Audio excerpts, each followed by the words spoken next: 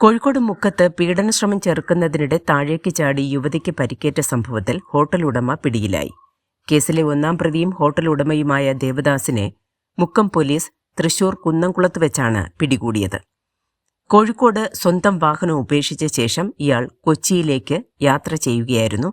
ഹൈക്കോടതിയെ സമീപിക്കാൻ ഒരുങ്ങുന്നതിനിടെയാണ് പ്രതി പിടിയിലായത്. ഇയാളെ മുക്കത്തെത്തിച്ച് പോലീസ് ചോദ്യം ചെയ്തു വരുന്നു. മറ്റ് 2 പ്രതികൾക്കായി അന്വേഷണം തുടരുകയാണ്. യുവതിയെ ഹോട്ടലുടമയും ജീവനക്കാരും ഉപദ്രവിക്കാൻ ശ്രമിച്ചതിന്റെ വീഡിയോ ബന്ധുക്കൾ കഴിഞ്ഞ ദിവസം പുറത്തുവിട്ടിരുന്നു. യുവതി പേടിച്ച് ബഹളം വെക്കുന്നതും ബഹളമുണ്ടാക്കരുതെന്ന് യുവതിയോട് അക്രമികൾ പറയുന്നതും വീഡിയോയിലുണ്ട്. ഹോട്ടൽ ജീവനക്കാരിയായ യുവതി താമസ സ്ഥലത്ത് വീഡിയോ ഗെയിം കളിച്ചുകൊണ്ടിരിക്കെയാണ് ഹോട്ടലുടമ ദേവദാസും 2 ജീവനക്കാരും എത്തുന്നത്. വീട്ടിലെത്തിയവരെ കണ്ട് യുവതി കരഞ്ഞ് ബഹളമുണ്ടാക്കി. ശബ്ദമുയർത്തരുതെന്ന് യുവതിയോട് അക്രമികൾ പറയുന്നുണ്ട്. ഇതിനു പിന്നാലെയാണ് യുവതി കെട്ടിടത്തിൽ നിന്നും ചാടുന്നതും ഗുരുതരമായി പരിക്കേൽക്കുന്നതും. നട്ടെല്ലിന് ഉൾപ്പെടെ പരിക്കേറ്റ യുവതി കോഴിക്കോട് മെഡിക്കൽ കോളേജ് ആശുപത്രിയിൽ ചികിത്സയിലാണ്. ഹോട്ടലുടമ ദേവദാസ്, ജീവനക്കാരായ റിയാസ്, സുരേഷ് എന്നിവരാണ് കേസിലെ പ്രതികൾ.